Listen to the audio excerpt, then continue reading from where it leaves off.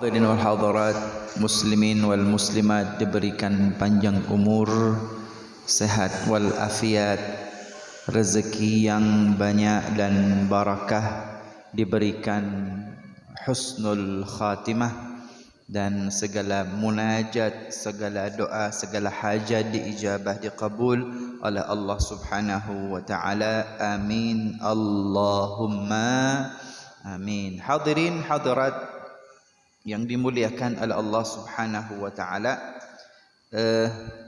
kesempatan kali ini seperti biasa melanjutkan kajian kita dari kitab Safinatun Najah dan kitab Sulamut Taufiq matan Safinatun Najah karya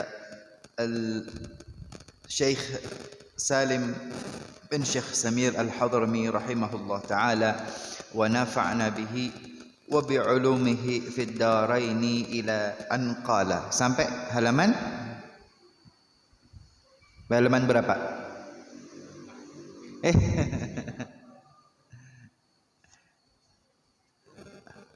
Halaman berapa, Bu? 10-an. Enggak belum. Tayamum sudah belum? Tayamum sudah.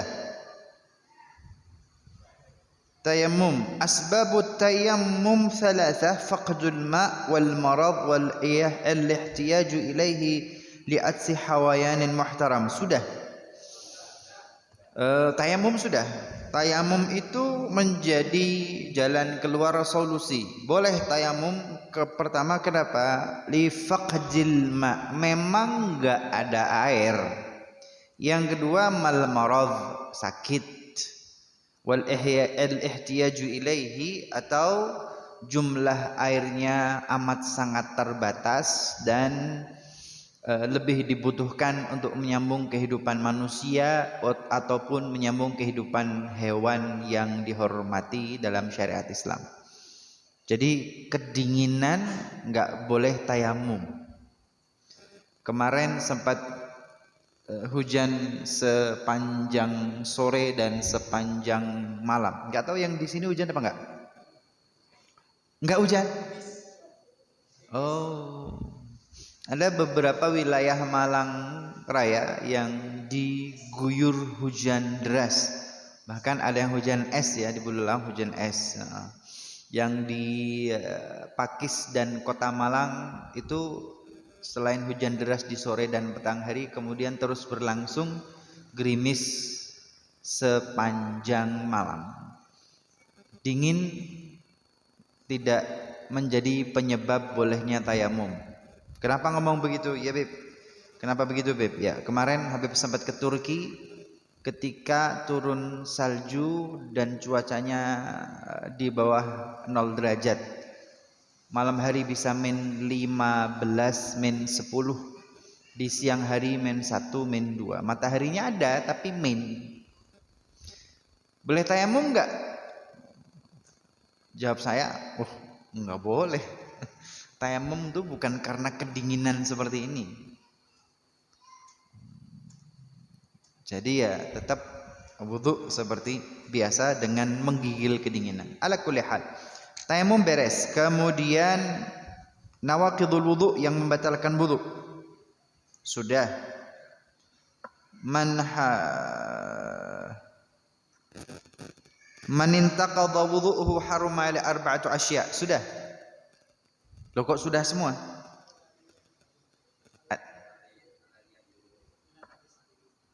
Alladzi yanqudul wudu', yang mana itu? Halaman 9, kemudian yang 10 atau 9? Mau 11.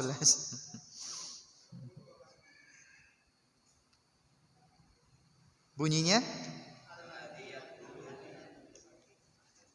alladzi yathuru minan najasat. Oh, na'am. Qala al-muallif rahimahullah ta'ala wa nafa'na bihi wa bi'ulumihi fid daraini ila an qala faslun alladzi yathuru minan najasati thalathun al-khamru idza takhallalat bi nafsiha wa jildul mayyitati idza dubigha wa ma sara hayawanan. Oke. Hadirin hadirat yang dimuliakan oleh Allah, insyaallah satu paragraf ini melengkapi keberkahan ilmu kita. Faslun, pasal berikutnya dari kitab Sulamut Taufiq. Alladzi yathuru minan najasat. Alladzi yathuru minan najasat. Ketika ada benda-benda najis, maka benda itu yo najis. Kotoran manusia atau kotoran hewan, air seni atau air besar, pipisnya atau beolnya itu najis. Najis. Bisa suci enggak? Ya enggak bisa. Najis ya najis. Tetapi ada beberapa hal yang najis ini bisa berubah menjadi suci. Alladzi yadhuru minan najasat. Dari seluruh najis-najis yang bermacam-macam, ada beberapa yang najis itu bisa berubah menjadi suci. Di sini disebutkan salasa. 3 saja yang asalnya najis berubah menjadi suci. Apa itu?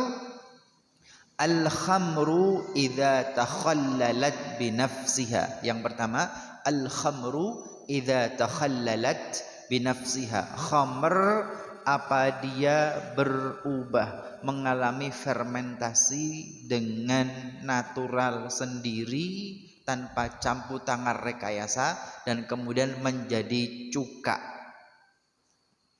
Menjadi cuka. Maka asalnya khamr itu najis, ketika berubah menjadi cuka maka najisnya hilang menjadi suci. Yang asalnya khamr itu haram, ketika berfermentasi dan berubah menjadi cuka, najisnya hilang, hukumnya halal. Sampai di sini jelas? Jelas? Oke.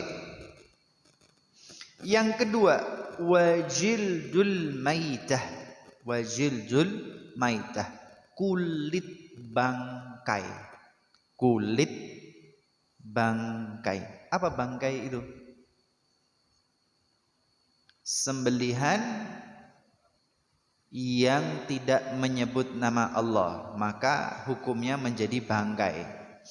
Kalau kita Idul Adha, kurban sapi, kurban kambing. Ibu kurban apa, Bu? Kurban perasaan. Ketika berkurban, maka di masjid-masjid, di musala-musala kaum muslimin yang berkurban, ketika menyembelih kurbannya mereka menyebut nama Allah, bismillahi Allahu akbar, kemudian disembelih. Maka sembelihan itu halal menjadi daging kurban yang tidak menjadi bangkai. Yang jadi bangkai bagaimana, Beb? Ya kalau asal disembelih saja tanpa bismillah, seret tanpa bismillahirrahmanirrahim, tanpa menyebut nama Allah, maka sembelihannya membuat hewan tadi menjadi bangkai. Atau kalau ayam insyaallah ya negaranya kaum muslimin, insyaallah ya sembelihannya insyaallah halal dengan bismillahirrahmanirrahim. Tapi andai kata ada ayam-ayam yang diangkut dengan apa biasanya, pickup. Ya betul ya, dikirim ke sana kemari, kemudian ada 1, 2, 3 yang dalam perjalanan dia meregang nyawa dalam perjalanan, mati di jalan. Yang lainnya hidup, yang hidup kemudian dimasukkan ke dalam, disembelih secara syar'i. Tapi yang mati ini yang tidak disembelih hukumnya bangkai, najis, batang. Mungkin populer dengan sebutan ayam tiren, ayam yang mati kemarin. Itu najis. Itu najis. Itu batang. Itu bangkai. Haram untuk dikonsumsi. Tidak halal. Jelas ya? Ini untuk membedakan mana yang sembelihan syar'i maka dagingnya menjadi halal, mana yang tidak disembelih atau menyembelih tidak dengan nama Allah maka menjadi bangkai. bangkai, batang najis haram. Sampai di sini jelas? Oke, lanjut ya. Wajildul maitah, kalau ada kulit bangkai, artinya hewan tersebut mati, entah mati karena sakit, mati sendiri, mati tergelincir, atau tidak disembelih dengan sembelihan yang syar'i. Hukumnya dibangkai, artinya yo dagingnya bangkai, najis haram, nggak boleh dimakan oleh manusia. Terus bagaimana Beb? Tetapi ternyata kulitnya masih bisa diselamatkan, kulitnya masih bisa dimanfaatkan. Wajildul mayyitah idza dubigha, dan kulit bangkai, kulit hewan yang menjadi bangkai, mati tidak disembelih dengan sembelihan syar'i, mati sendiri, tergelincir, tua atau bagaimana, kulitnya bisa diselamatkan, yaitu disamak, diproses. Kulitnya tadi diambil, tetapi tulang, daging dan lain sebagainya ini hukumnya bangkai, tidak boleh dikonsumsi oleh manusia. Lantas bagaimana Beb? Ya silahkan, andai kata memelihara buaya, silahkan. Itu daging yang najis bangkai, Anda silahkan berikan kepada buaya. Melihara ular Beb, ya sudah, itu kasihkan ke ular. Miara lele, ya silahkan, itu diberikan kepada lele. Tapi dimakan manusia tidak. Tidak makan oleh manusia. Jelas? Lanjut. Tetapi kulitnya masih bisa diselamatkan, disamak, ya apa sih bahasa Indonesianya? Idza dubigha, disamak ya. Saya nggak tahu prosesnya, tetapi yang jelas proses kulit itu dibersihkan dari bekas-bekas daging, bekas-bekas darah, bekas-bekas lemak, menjadi kulit yang bagus, yang baik, kemudian bisa dipergunakan, dipakai. Baik. Kulit bangkai bisa dipakai kalau idza dubigha, diproses dengan dibersihkan sedemikian rupa dengan cara-cara yang khusus.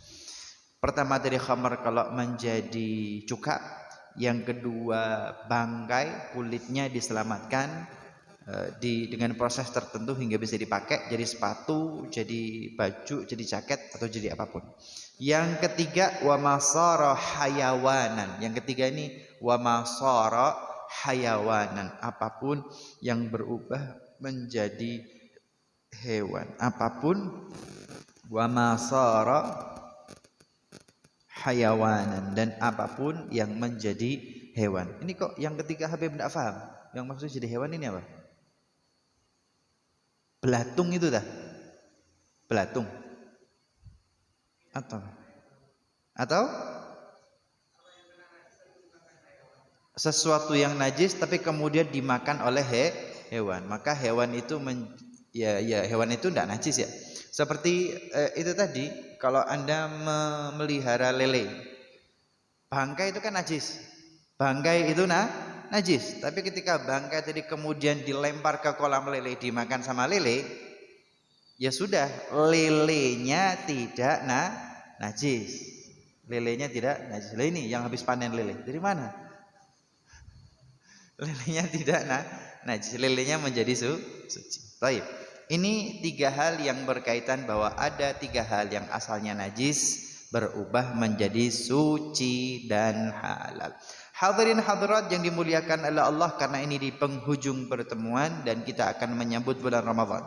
Habib ingin sampaikan hal-hal penting menyambut bulan suci Ramadan. Siap? Siap?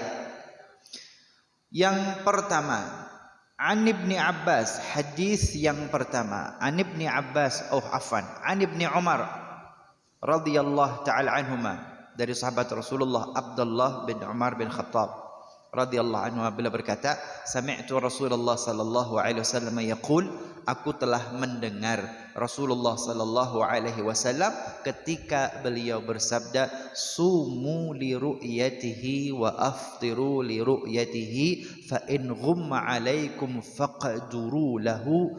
Hadis muttafaqun alaih, rawahu Bukhari wa Muslim. Wali Muslim fa akmilul iddata 30. Hadis yang pertama yang berkaitan dengan menyambut kedatangan bulan Ramadan. Rasulullah sallallahu alaihi wasallam beliau pernah menyampaikan bersabda dan didengar oleh sahabat Rasulullah Abdullah bin Umar bin Khattab. Yang Habib sampaikan tadi yang riwayat Abdullah bin Umar bin Khattab. Yang lain ada Abu Hurairah, ada Ibnu Abbas, ada Sa'id ibn al-Musayyib dan beberapa sahabat lainnya. Artinya hadis ini masyhur di kalangan para muhaddisin, para sahabat. Bukan satu dua yang meriwayatkan, tapi banyak banget. Bagaimana Rasulullah menyampaikan hadis tersebut? Rasulullah mengatakan sumu di ru'yatihi. Berpuasalah kalian karena ru'yah, karena melihat hilal. Ai al-hilal. Wa aftiru li ru'yatihi, dan hentikan puasamu, makanlah, berhari rayalah li ru'yatihi, juga karena melihat ru'yah hilal. Kapan itu, Beb? Kapan itu? 29 Sya'ban dan 29 Ramadan. Tanggal 29 Sya'ban kaum muslimin melakukan ru'yah, melihat di ufuk barat matahari terbenam, maka di ufuk barat akan muncul hilal. Kalau kelihatan maka sekarang 29, tapi hilal terlihat, maka besok tanggal 1 Ramadan. Begitu pula ketika hari ini 29 Ramadan, matahari terbenam di ufuk barat, maka kita ru'yah ke arah barat, maka ketika terbenam tampak hilal, berarti hari ini 29 Ramadan, besok adalah 1 Syawal Lebaran. Bu, sudah siap kue-kuenya?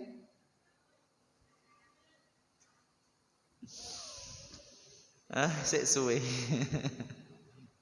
Dicicil, Bu. Bertambah hari, bertambah pekan, bertambah mahal segalanya. Fa in ghumma alaikum, kemudian dilanjutkan fa in ghumma alaikum, tetapi kalau terhalang, kalau pandangan ru'yah hilal itu ghumma alaikum, terhalang bagi kalian, faqduru lahu, atau dalam hadis lain fa'akmilul iddah, maka sempurnakan menjadi 30. 29 Sya'ban ru'yah lah enggak kelihatan hilal, sempurnakan, berarti besok 30 Sya'ban. 29 Ramadan ru'yah lah kok enggak kelihatan, berarti besok 30 Ramadan. Hadirin hadirat, hadis ini masyhur. Banyak sahabat yang meriwayatkan hadis ini dengan sedikit perbedaan redaksi, tapi makna maksudnya sama, bahwa penentuan awal bulan Ramadan, penentuan awal Syawal adalah dengan ru'yatul hilal.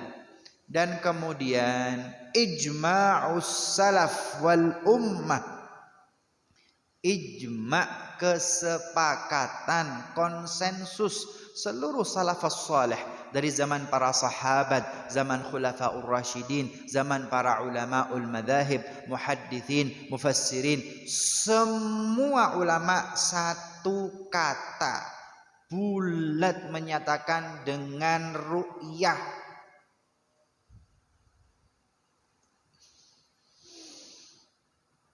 Maka yang menolak ru'yah, dia sedang menolak hadis Rasulullah dan menolak ijma'.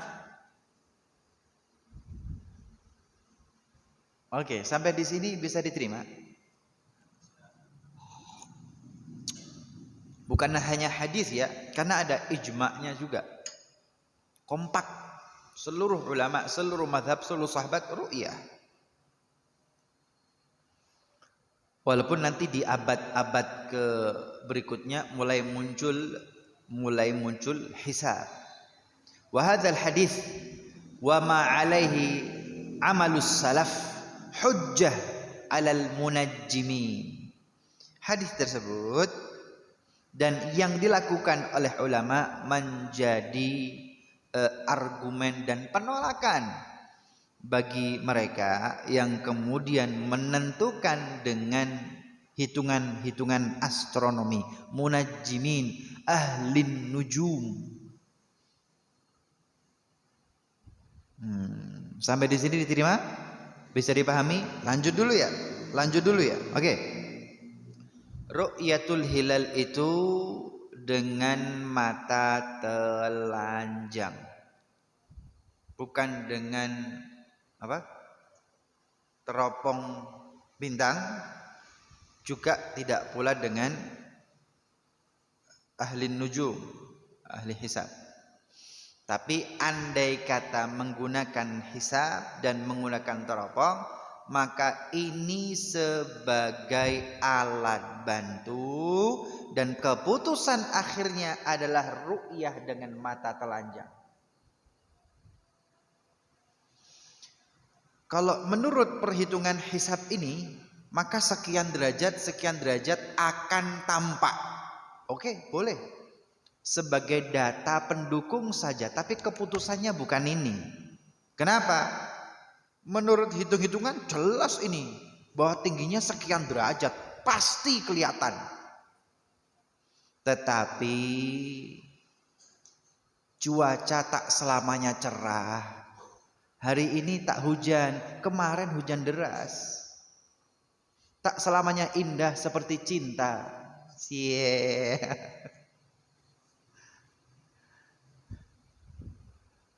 Maka boleh data-data hisab itu, Bu? Boleh. Tetapi penentu akhir adalah mata telanjang. Pakai apa? Rice cooker. Teleskop. Pakai teleskop alat bantu boleh, tapi itu alat bantu. Tetap keputusan akhirnya adalah mata telanjang. Oleh sebab itu Rasulullah mengatakan fa'in ghumma alaikum. Kalau ada mendung, kalau terhalang pandangan ru'yah itu, maka sempurnakan. Maka di atas data harusnya kelihatan sekian derajat. Tapi kalau mendung, nggak bisa. Ini menurut hisab hari ini 29 Sya'ban, besok 1 Ramadan menurut hisab. Tapi ru'yahnya bagaimana? Kalau ru'yahnya tampak terlihat, it's okay, sama. Besok 1 Ramadan. Tapi kalau menurut hisab hari ini 29, besok 1 Ramadan, tapi mendung gelap nggak kelihatan, nggak bisa. Besok tetap 30 Sya'ban, esoknya lagi, lusanya baru 1 Ramadan. Bisa diterima? Bisa dipahami? Ini hadis yang pertama. Hadis yang kedua, Ibni Abbas ada, Ibnu Umar juga ada. Yang dari Ibnu Umar, tara an-nasal hilala.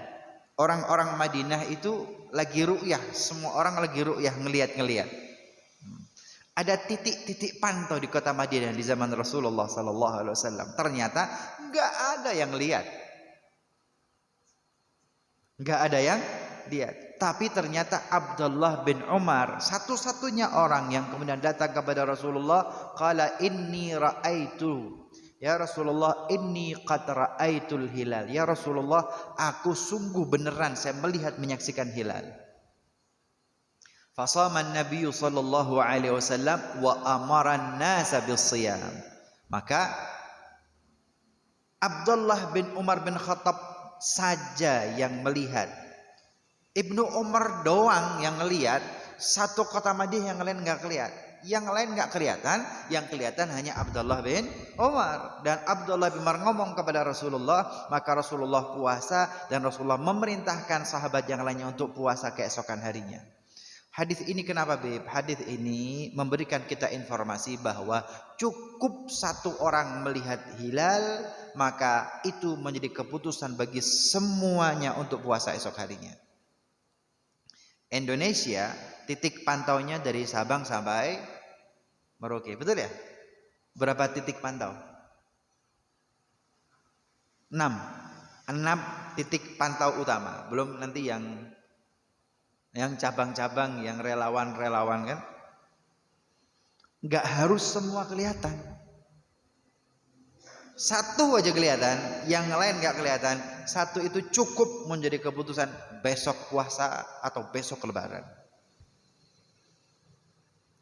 Satu orang. Jelas niki? Jelas ini? Hadis yang ketiga, yang penting, sallu ala Nabi Muhammad. Sudah ada nisya? Diakhiri atau masih kuat?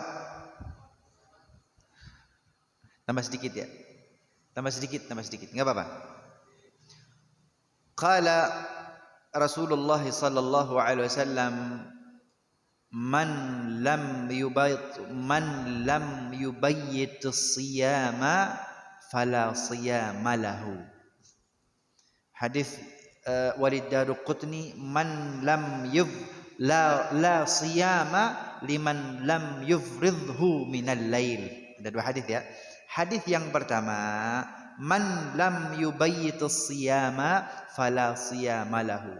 Siapa yang tidak berniat puasa pada malam harinya. Yubayyitus siyam, bayit mabit fil Muzdalifah, gitu kan? Siapa yang tidak berniat puasa pada malam harinya, fala siyama lahu, maka esok harinya dia tidak dianggap puasa, puasanya tidak sah. Niat puasa itu malam. Kayak sekarang ini kita niat puasa nawaitu sauma ghadin. Niatnya malam. Atau kama qala alaihi salatu wassalam, man lubayyitu siyam al qab, salah, kurang satu saya kata, qabla al fajri. Man lubayyitu siyama, man lam yubayyitu siyama minal laili, man lubayyitu siyama qabla al fajri fala siyama lahu. Siapa yang tidak berniat puasa pada malam harinya sebelum fajar datang. Kapan fajar itu? Adzan subuh. Sebelum adzan subuh. Artinya kesempatan kita untuk berniat itu mulai tenggelamnya matahari maghrib, waktunya terbentang sepanjang malam sampai sebelum adzan subuh. Ini rentang waktu kita untuk niat.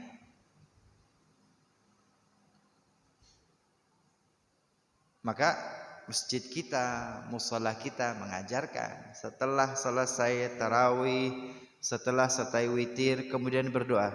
Berdoa ya. Subhanal Malikil Quddus. Loh, di sini dibaca enggak? Baca.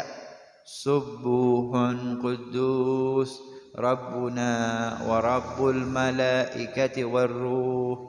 Ashhadu an la ilaha illallah astaghfirullah nas'aluka ridhaka wal jannah wa na'udzu bika min sakhatika wan nar. Allahumma innaka afuwun karim tuhibbul afwa fa'fu anna ya karim. Kemudian diajak untuk niat kan, na'taqidu atau nawaitu ala shaum. Kemudian bersama-sama nawaitu shauma ghadin an adai fardhi syahri ramadana hadhihi sanati fardhan lillahi. Itu adalah praktek di lapangan yang diajarkan oleh orang tua, kakek, guru-guru, ulama-ulama kita terdahulu. Dan hadis yang kita pelajari itu adalah dalil dasar payung hukumnya. Sampai di sini jelas? Jelas ya? Jadi kalau ada yang tidak mau, walaupun niat-niat, tidak wajib. Hah? Kalau ada yang gitu-gitu tuh baru-baru kenal Quran hadis kemarin sore. Nah, belum banyak ngaji kitab-kitab kuning, kitab-kitab pesantren. Hadis terakhir, la siyama liman lam yufridhu minal lail la siyama, tidak dianggap puasa, tidak sah puasanya, tidak dianggap la siyama. Liman lam yufridhu, bagi siapapun yang lam yufridhu, yang tidak menyatakan sebagai fardu minal lail, pada malam harinya. Harus fardu ya, harus ada kalimat fardu pada malam hari. Fardhan lillahi ta'ala, nawaitu shauma ghadin an adai fardhi syahri Ramadan. Ternyata juga ada dasar hukumnya. Ulama dulu enggak ngawur rek. Ini akan menjadi pembeda dengan puasa sunnah. Kalau puasa sunnah itu loh, sepanjang malam jenengan tidak niat tidak apa-apa. Kemudian pulang dari masjid setelah sholat subuh, ke belakang ke dapur, utak-utak beras ada, nasi tidak ada. Adanya beras. Tidak ada beras, tidak ada nasi, adanya gabah. Tempe ya masih mentah kan begitu. Minyak goreng mahal. Telur pitike durung ngendok. Wah, alamat ini. Alamat. Ya sudah. Walaupun tadi malam tidak berniat puasa, pagi hari ini saya akan berniat puasa sunnah hari Senin. Alhamdulillah, walaupun kepaksa. Kalau fardu harus diniatkan mulai malam hari, tapi kalau sunnah boleh-boleh saja setelah subuh Anda baru meniatkan diri Anda untuk puasa sunnah. Hadirin hadirat, ini adalah kajian pembuka yang berkaitan dengan bulan Ramadan. Saya ingatkan lagi, penentuan akhir adalah dengan ru'yatul hilal, dengan mata telanjang. Adapun alat bantu yang lainnya sekedar alat bantu dan tidak menjadi penentu. Penentunya adalah mata telanjang, ru'yatul hilal. Yang kedua, cukup satu orang yang ru'yah melihat, maka menjadi keputusan bagi semua untuk puasa atau keputusan semua untuk berlebaran. Yang ketiga, niat puasa fardu Ramadan setiap malam hari sebelum azan subuh berkumandang. Artinya semalam lupa tidak baca, setelah maghrib tidak baca niat, ba'dal isya tidak baca niat, ba'da tarawih tidak baca niat, tidur cuman bismika Allahumma ahya wa bismika amut.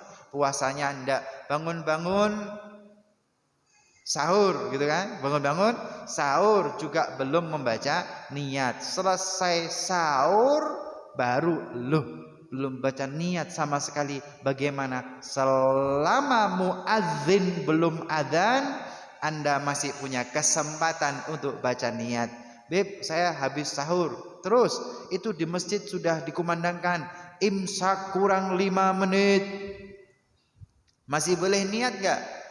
Boleh, injury time.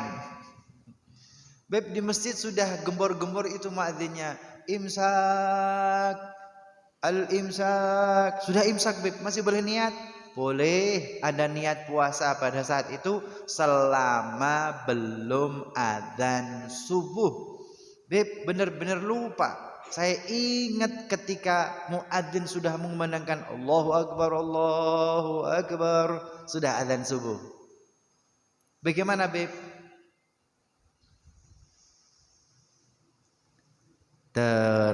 Terlambat. Waktu untuk niat sudah terlambat, sudah habis karena sudah adzan, berarti sudah fajar. Berarti hari itu saya tidak berpuasa.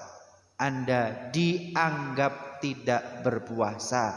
Puasa Anda tidak sah, tetapi hari itu wajib untuk tetap meninggalkan makan dan meninggalkan minum. Secara zahir tampak seperti puasa, tetapi Anda tetap tetap tidak sah puasanya, nanti setelah Ramadan punya hutang untuk diqadha. Jelas? Jelas?